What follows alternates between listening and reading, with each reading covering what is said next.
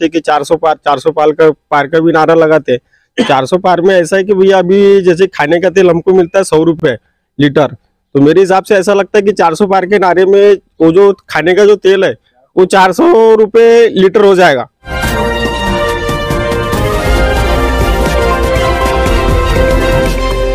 नमस्कार दोस्तों, ग्रामीण क्षमता न्यूज में आप सभी का स्वागत है। मैं हूं आशीष नेवारे और इस वक्त मेरी मौजूदगी बालाघाट संसदीय क्षेत्र के सिवनी कला में मौजूद है। और इस वक्त हम जानने की कोशिश करेंगे कि आने वाले लोकसभा चुनाव जो अभी लोकसभा चुनाव वर्तमान में हो रहे हैं और काफी माहौल भी देखने को मिल रहा है दोनों पार्टियों की तरफ से, और सभी पार्टियों के प्रत्याशियों के समर्थन में यहाँ बड़े बड़े नेता लोग भी बालाघाट पहुँच रहे हैं, जिसी के चलते हम आज लोकसभा चुनाव के माहौल को जानने के लिए पहुंचे सिवनी कला में, जहां से जीतू पटवारी जी एक रोड शो को और वहां पर संबोधित करने वाले भी है एक सभा को।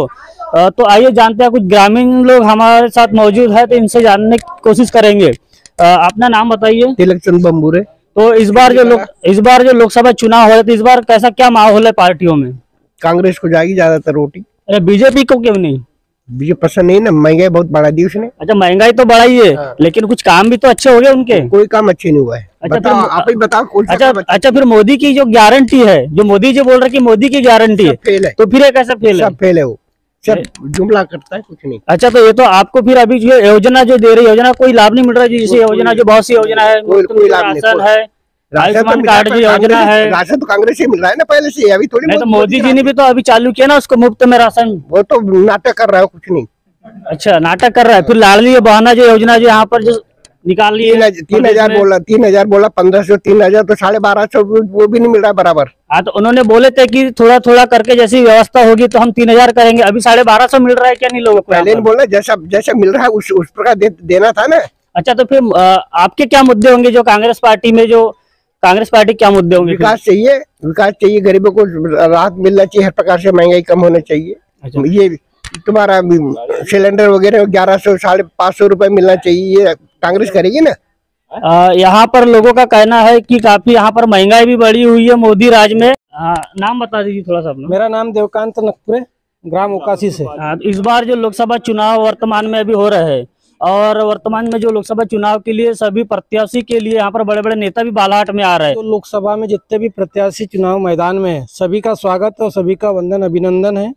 लेकिन सभी उम्मीदवार को तो चुनाव जिता नहीं सकते और सभी को वोट कर नहीं सकते। वोट एक मतदाता की एक होती है, इसलिए एक प्रत्याशी चुनाव जीतेगा। चुनाव ऐसे प्रत्याशी को जिताएंगे जो हर एक नागरिक जो अंतिम छोर में जीवन यापन करता है उसके बारे में सोचे, किसान के बारे में सोचे, गरीब के बारे में सोचे, युवा के बारे में सोचे, मजदूर के बारे में सोचे, सब वर्ग के बारे में सोचे। ऐसे वर्ग के ऐसे प्रत्याशी को चुनाव जिताना हमारा कर्तव्य होता है और हमारा कर्तव्य होना भी चाहिए। लेकिन हम अधिकांश देखते कि गाँव में जाते हैं तो लोगों का कहना है कि यहाँ कांग्रेस पार्टी के लिए भी सम्राट सरस्वार जी जो वर्तमान में जिला पंचायत अध्यक्ष है, यह एक सांसद के रूप में नया चेहरा है। तो इससे किस तरह से सम्राट जी निपटेंगे? सम्राट सरस्वार जी, मेरा कहना जहाँ तक मैं समझ पा रहा हूँ तो वो कोई पहचान के मोहताज नहीं है। क्यों? क्योंकि उनका वंशज इतना बड़ा बालाघाट जिले में रहा है, जो कि मेरा ख्याल है कि मध्य प्रदेश में, पूरे मध्य प्रदेश में बीजेपी का भी वंशज नहीं है। जैसे कि राणा हनुमान सिंह जो कि बालाघाट जिले की एक पहचान है, जिसने अपने स्वयं की 30-35 एकड़ जमीन गवर्नमेंट को दान दिया और वो जमीन के ऊपर में आज विद्यालय है, बच्चों को अध्ययन करने के लिए कॉलेज हैं। और उनके पिताजी बालाघाट विधानसभा क्षेत्र से 2 बार के विधायक भी रहे हैं और उनका एक अपना उद्योग भी है जहां तक मेरा अनुभव है, और वो वर्तमान में जिला पंचायत के अध्यक्ष है। तो इतना सब कुछ रहने के बाद और मुख्यालय में उनका निवास है, तो मेरे को नहीं लगता कि वो किसी पहचान के मोहताज होंगे। हो सकता है दूर दराज के लोग नहीं पहचानते हो, लेकिन अब चुनाव के माध्यम से वो भी पहचान लेंगे। तो क्या माहौल है आपके क्षेत्र में? अपने लोकसभा की बात करेंगे हम तो ज्यादातर तो अपने कांग्रेस पार्टी के ऊपर ज्यादा लगाव है, पब्लिक के ऊपर। क्यों? बीजेपी से आपको क्यों नहीं? बीजेपी से नाराजी है क्या? बीजेपी से नाराजी इसलिए है कि बीजेपी झूठ के सिवाय कुछ बोलती नहीं।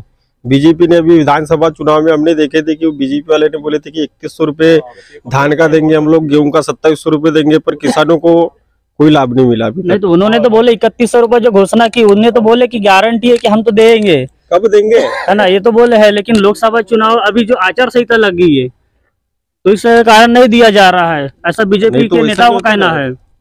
नेताओं से कुछ नहीं होता ना, अगर से उन्हें बोले तो तो अपना घोषणा काम तो होगी, उनका घोषणा कहना है। तो काम करना चाहिए ना, ऐसा है 10 दिन के अंदर भी होता है काम तो। तो ये आपका कहना है कि 3100 रुपए पहले मिलना था। पहले मिलना चाहिए ना। अच्छा, तो ऐसी और कौन सी गारंटी जो मोदी जी दे रहे, इससे आप जो खुश नहीं हो? हम मोदी जी की कोई गारंटी से खुश नहीं है, क्योंकि मोदी जी झूठ ज्यादा बोलते हैं। उन्हें पिछले बार भी बोले तो 2014 के समय में चुनाव में कि भैया हम लोग सभी प्रत्येक घर में 15-15 लाख रुपए देंगे, पर अभी तक के उनका 15 लाख तो मिला ही नहीं। और वो लोग बोलते हैं कि 400 पार का भी नारा लगाते। 400 पार में ऐसा है कि भैया अभी जैसे खाने का तेल हमको मिलता है 100 रुपए लीटर, तो मेरे हिसाब से ऐसा लगता है कि 400 पार के नारे में वो जो खाने का जो तेल है वो 400 रुपए लीटर हो जाएगा। कि मोदी जी की जो जब से सरकार है तब से देश में महंगाई बढ़ी है। इसके पहले कांग्रेस के जमाने में महंगाई नहीं थी क्या? नहीं थी, कांग्रेस के जमाने में पहले गैस सिलेंडर 375 रुपए में मिलता था। अभी देखो ना, लेकिन बीजेपी कुछ के समय से जमाने तो हम भी देखे कि कांग्रेस के जमाने में 1200 में मिल रहा था। नहीं, ऐसा कभी हुआ नहीं, उसमें सब्सिडी भी तो थी। अच्छा, तो बीजेपी वालों ने सब्सिडी को क्या किया है? सब्सिडी तो दे ही नहीं रहे ना, सब तो बंद है। आधे लोग को मिलती है, आधे लोग को मिलती ही नहीं। 450 रुपए में जो सिलेंडर बोले थे, इसका क्या हुआ फिर? 450 रुपए को वो भी तो खत्म कर दिए उनने। 450 रुपए में तो मिल ही नहीं रहा है। यहाँ पर भैया जी का कहना है कि मोदी जी ने जितने भी गारंटी दिए सब वादे झूठे हैं, और इन मुद्दों पर जो बीजेपी जो चुनाव लड़ रही है मुद्दे भी इनके झूठे हैं, कोई गारंटी इनकी यहाँ पर पास नहीं हुई है। हमारे साथ में मौजूद है यहाँ पर एक ग्रामीण, इनसे और बात करने की कोशिश करते हैं हम। सर, अपना नाम बताइए। मेरा संदीप वैद है, मैं बूथ अध्यक्ष हूँ, जी ग्राम सारद टोली से आता हूँ। जी।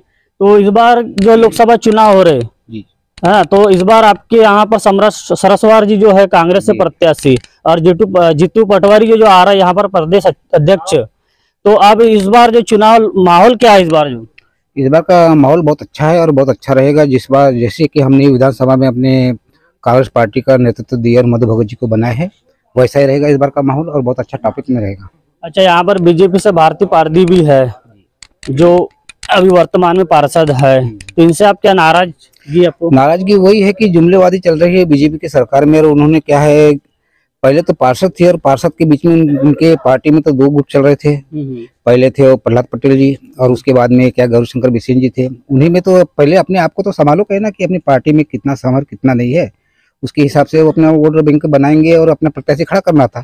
उसको तो कोई पहचानता ही नहीं। अच्छा, लगातार यहाँ देखा जा रहा है कि बीजेपी पार्टी के प्रत्याशी के समर्थन में यहाँ पर बड़े बड़े नेता बालाघाट आ रहे हैं, तो क्या इनको हार का डर जो है सता रहा है क्या? हाँ, बिल्कुल हार का डर सता रहा है उनको, बीजेपी वालों को। और जुमलेवादी में जो बता रहे हैं कि 400 पार करेंगे, तो 400 पार वही आधार पे कर रहे हैं कि वो जो ईवीएम जो है और जो लोक निर्वाचन जो आयोग है उनने खरीद कर रख लिया है, और सब पैसे के बलबूते पे अच्छा, चल रहे आपका हैं। कहना है कि ईवीएम में चोरी की जाती है वोटों की? ईवीएम के माध्यम से वो हस्तक्षेप यदि कर सकते हैं। कांग्रेस का यदि प्रत्याशी जीतता है तो फिर आप किस पे आरोप लगाएंगे? अगर कांग्रेस का प्रत्याशी जीतता है तो किसी पे आरोप नहीं लगेगा। मेरा कहना ये था कि अभी इस बार बीजेपी जीत रही तो मतलब ईवीएम पर आप आरोप लगा रहे हो ना? नहीं, तो बात ये है कि बीजेपी जीते या नहीं जीते उससे कोई प्रभाव नहीं पड़ने वाला है। अब कांग्रेस जीते या नहीं जीते उससे भी कोई प्रभाव नहीं पड़ने वाला।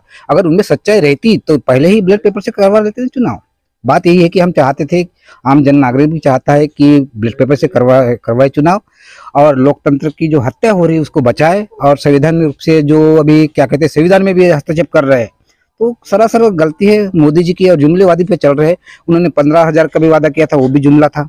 अभी लाडली बहना चला है शिवराज सिंह चौहान ने, वो भी जुमला था।